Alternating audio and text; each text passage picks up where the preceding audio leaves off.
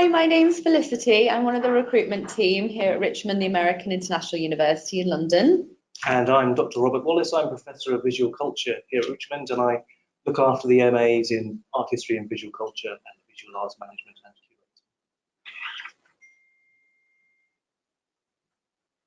Curating. So today we're going to talk to you about a few different things. So we're going to firstly focus on what an MA in Art History and Visual Culture or a Visual Arts Management and Curation degree can offer you, why you would want to study at Richmond, the American International University in London, our programmes and the contents within them, the practical details of making applications and living in London itself, and then we'll have time for a Q&A session at the end. So I'll let you take this one. So the two visual arts programmes we have here at Richmond are related in some respects, but they're also rather different. So the MA in Art History and Visual Culture offers students a broad graduate level introduction to both art history and visual culture, which is distinctive from other competing programmes because students are able to explore a wide visual field, not just the traditional subjects of Euro-American art history, but also outside of that canon, international art, and very much with focus on the contemporary art world. The Visual Arts Management and Curating MA, on the other hand, is more professionally oriented. So students are engaged with both for-profit commercial sector galleries and not-for-profit public institutions. So we're interested in the wide range of careers available to visual arts professionals.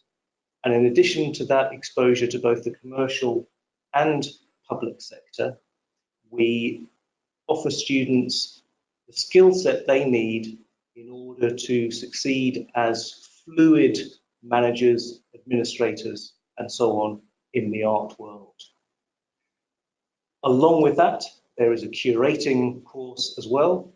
So students are able to glean a wide range of knowledge which equips them to succeed in the contemporary art world. Both programs have optional summer internships, and both programs have a research project. The one for the art history and visual culture is a more traditional dissertation, while the MA Visual Arts Management and Curating has a professional research project. Usually the professional research project is tied to the internship, so students are researching an area related to their summer internship.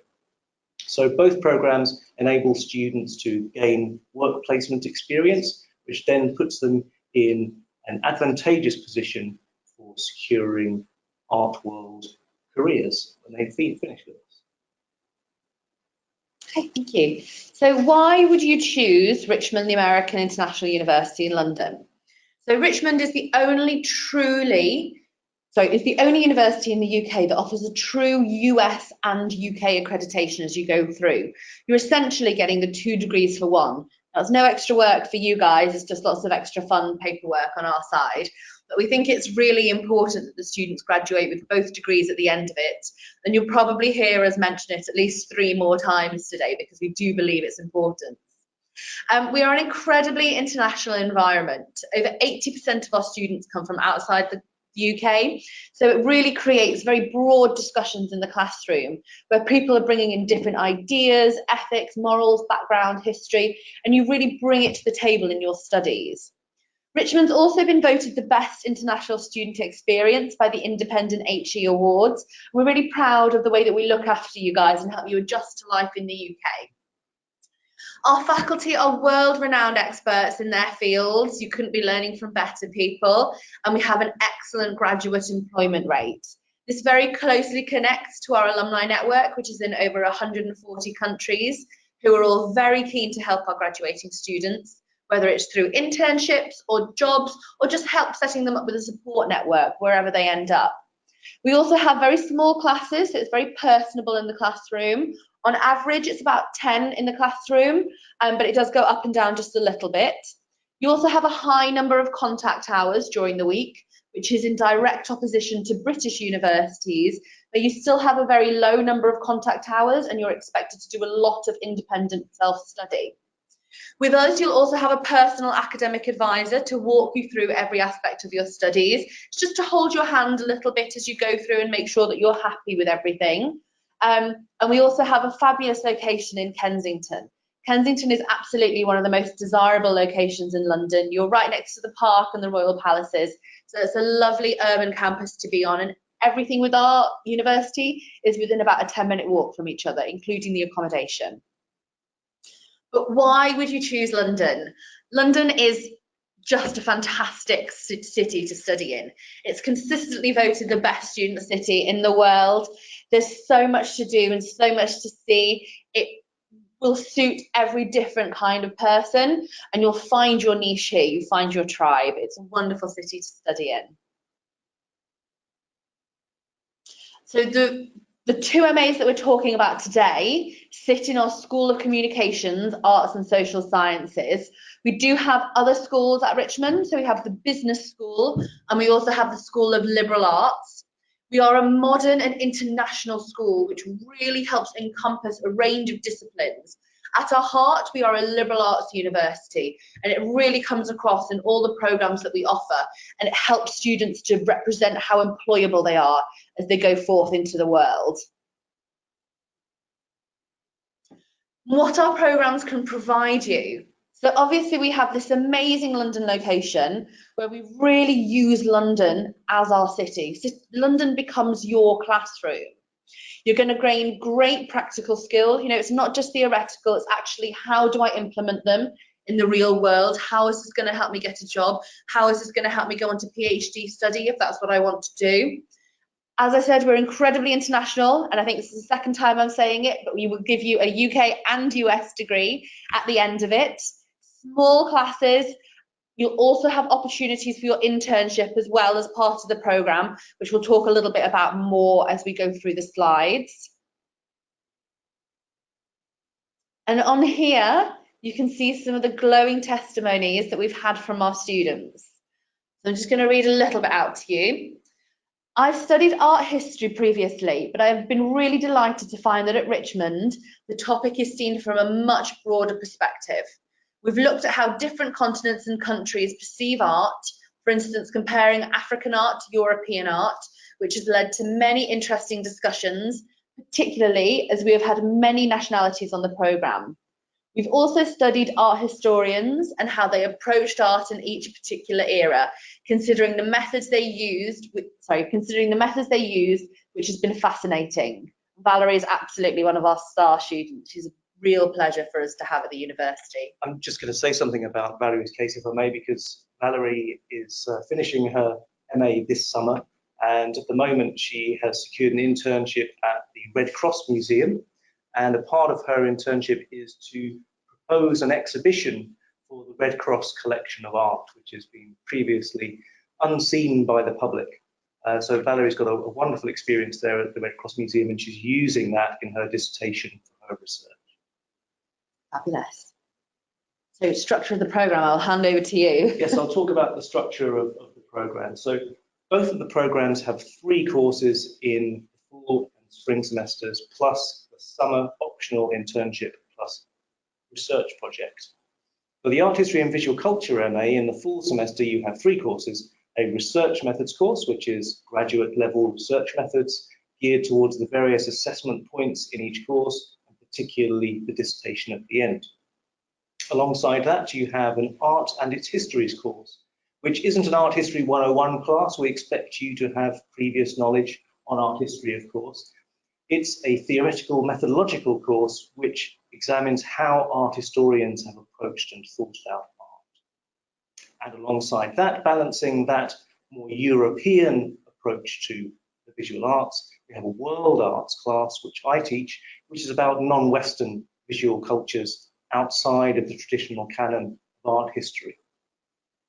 In the spring semester, you have 2 core courses which you're required to take, a visual cultures course which complements the knowledge you've gleaned in the fall semester by considering the broader visual field which art historians and other visual studies scholars are interested in, ranging from television and film through to advertising and social media. And alongside that, you have a contemporary arts course. Being in London, arguably the centre of the international art world, it's really important that we consider what's happening in London's art world now. So the contemporary arts course considers that. You have one option in the spring for the art history visual culture MA, and they're chosen from 4 classes. They speak for themselves, I guess: curating, art education, art market, and working in the art world. So you have a choice of 3 classes which are more specific, and that a 4th class, working in the art world, is a more general approach to how professionals work in the art world. In the summer, as I've said, you have the optional internship. Students not taking the internship complete an extended thesis research project. So the normal thesis is 10,000 words, the extended thesis 15,000 words. And that's usually for students who are interested in moving on to further graduate study rather than moving straight into professional work in the art world. That's MA Art History and Visual Culture. For Visual Arts Management and Curating, again, you have 3 courses in each semester for fall and spring. You share the research methods class with the art history visual culture students because, of course, you need similar methodological skills to complete your MA.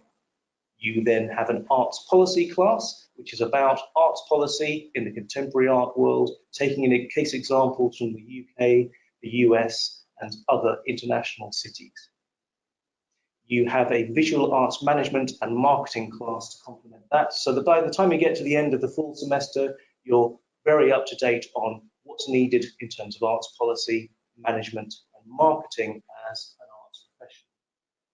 In the spring semester, you then have 3 further classes: the curating, art education, and art market classes.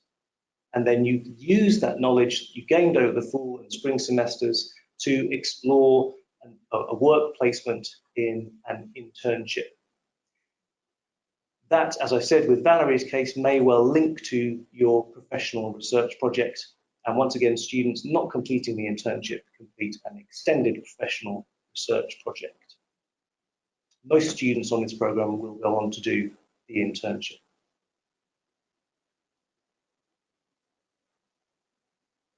Okay, so if we're continuing along with the structure of it, during that first week, you have your induction to the university.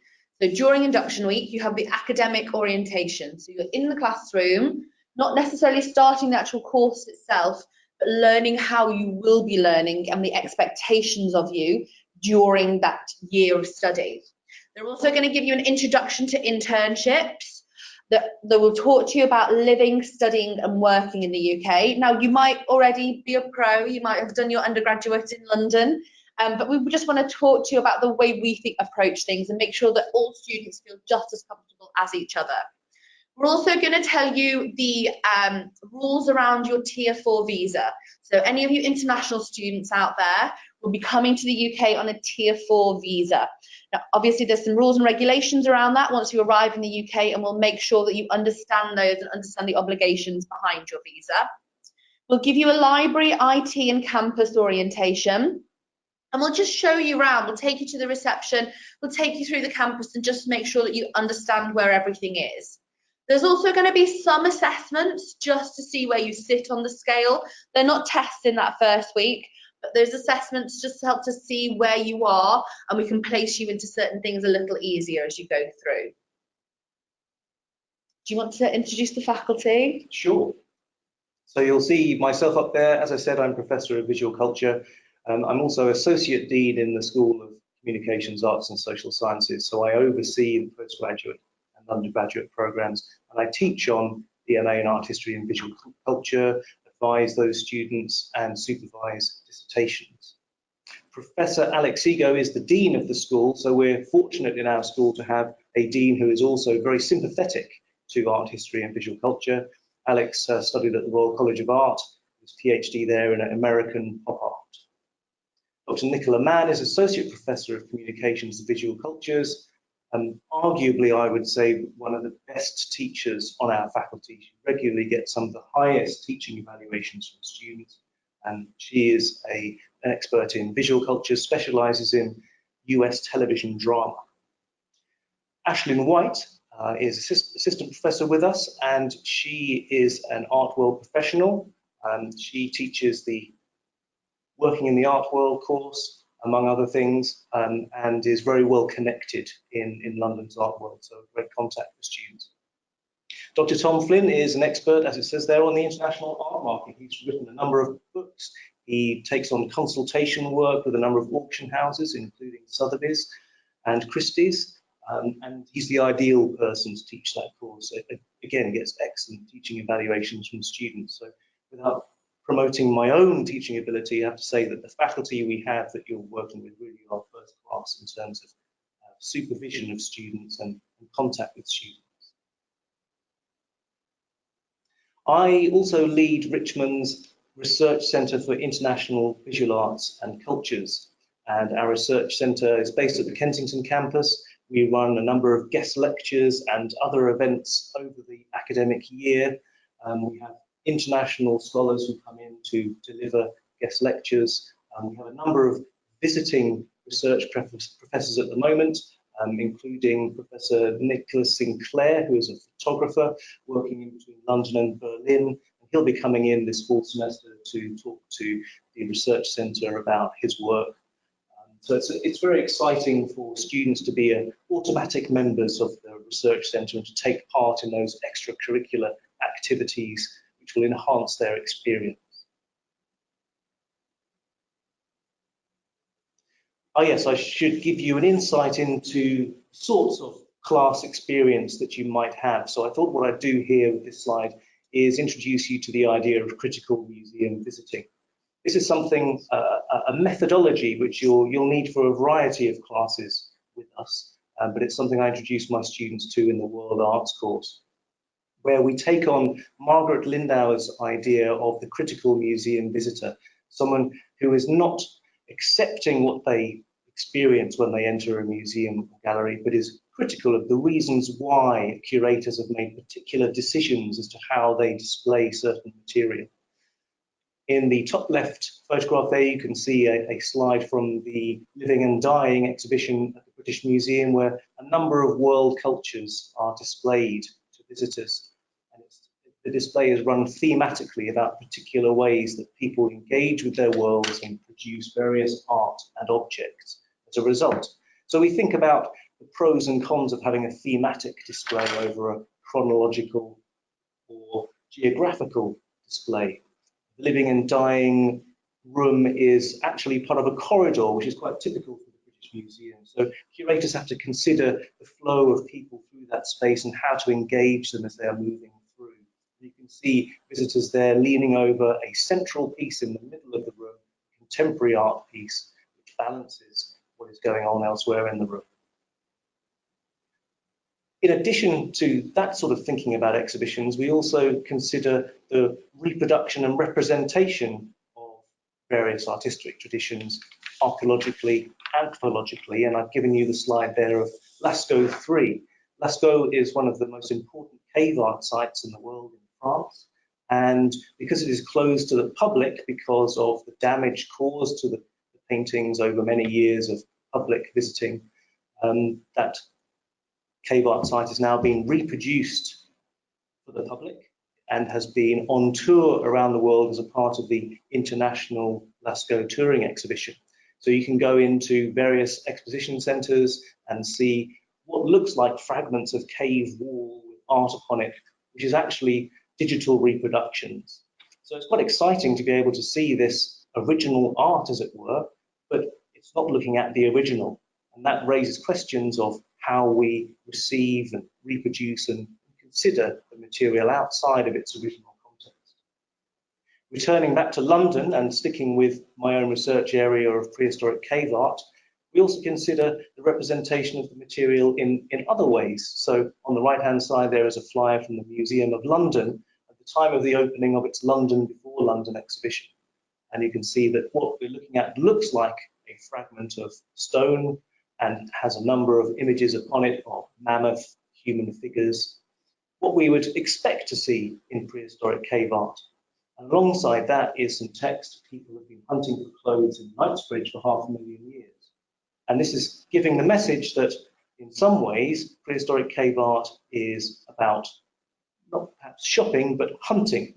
And actually, cave art scholars have demonstrated that this is material which largely would not have been about hunting, but probably some other sorts of ritual purposes. So we're seeing a stereotype of prehistoric cave art being represented here.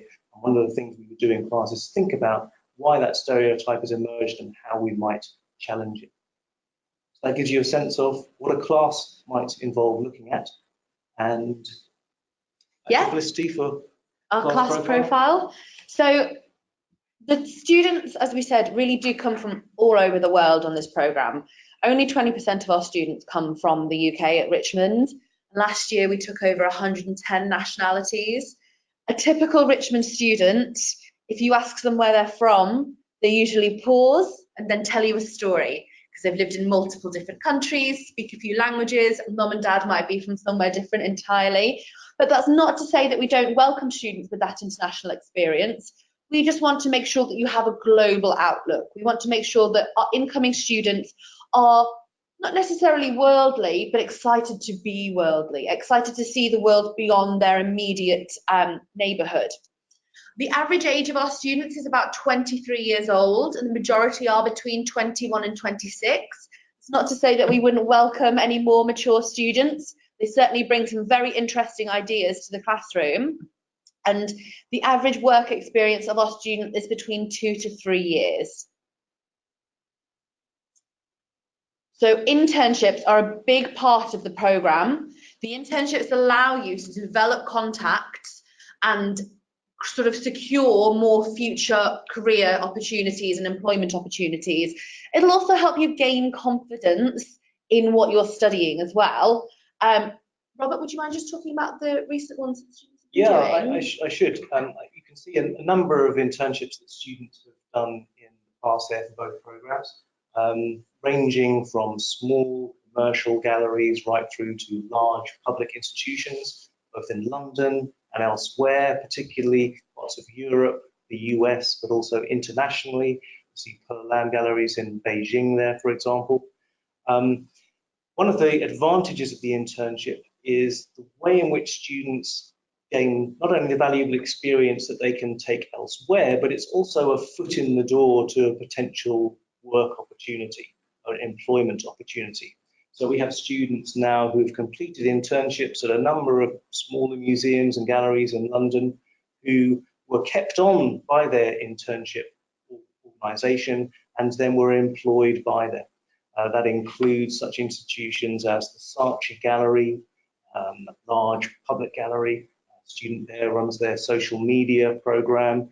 We have a student who is now working at the Jewish Museum, another at a commercial gallery, Sarah Myerscough Fine Art. So internship experience, especially for academic credit as part of an MA, really can pay off because of the valuable experience and networking that you get. It is important to emphasise that the internships are not just going to be handed to you. We do expect you to go out and find the internships, but we'll certainly give you as much support as we can and help you through that internship and the interview process. It's very much like a job, but we give you a lot of opportunities and really support you in order to get that job, which will then give you credit to complete your course at the university. And in terms of the makeup of the programme, so there's a few different ways that you can actually do the programme. You could do a 1-year programme or an 18-month programme, or you could do 2 years part-time. We have 2 start dates for this programme. You could start very early in September, or you could start very early in January. And as I said, it's located in Kensington, so a lovely, lovely spot right in the heart of London. In terms of the admissions processes, there's 2 ways you can go. You can go through our website, which is a really simple PDF form, and you send, really simple form, and you send it back to us. And that's no application fee at all to do so. Or you can go through UCAS, which does have a nominal charge within it. The next intake is September 2019, and we're very much still open for that. The fees are separated out a little differently. So Home and EU students, you're £7,200 tuition for the year. And for our EU students, this won't be changing till at least 2021. depending on what happens with Brexit. And EU students have been guaranteed Student Finance England funding for 2020. For our international students, you're paying £12,500 for the tuition, and for our US students, it's $18,125. You need to complete your postgraduate application form, whether that's through our website or through UCAS. Then you need to send us your personal statement, a CV or resume if you have one, if you've been out of education for a while, proof of your bachelor's degree, including transcripts, and English language test results. So with the bachelor's degree, we appreciate that some of you might not have finished your undergraduate degree whilst you're applying. What you need to do is get proof from the university to show us what you're studying and your estimated time to graduation. When you finish your degree, you send those transcripts along to us. English language test results, it depends where you're from, where you've studied and what language you've studied in, but we'll communicate with you whether you need English language results or not. Most likely the academics are going to reach out to you and have a conversation, more just to see who you are and how you feel about the course, your understanding of it, rather than a formal interview process, because we really want to get to know you guys before you've had a chance to start with us. If you have any questions about that admissions process, you can get in contact with us and we'll talk you through the different ways of doing it. We're here to hold your hand if you need us to, and here are some of the contact details for us if you want to get in contact about that process. But in terms of questions and answers, we've had 2 questions come into us. So, do we get the internships or do you organise them? So as I said, the internship you approach like a job. We have a really strong internship office and they're constantly offering things out to students. But at master's level, it tends to be so specific that we expect students to do the reaching out themselves, and then we'll give you the assistance as you go through to make sure that process goes smoothly. Yeah, it's important that you find the right sort of placement for you, for what you want to do. So while we can offer some guidance within our network of institutions you might work with, it's important that you actively go out and seek the sort of internship that you want to be doing. And is there any reading they should do in preparation? There is, and for applications which have been accepted so far, the reading list has been sent out for the summer. So we send you a summer reading list which gives you some preparation for the core textbooks that you'll need for your courses. Okay, fabulous. Thank you very much. Thank you guys. Bye. Bye.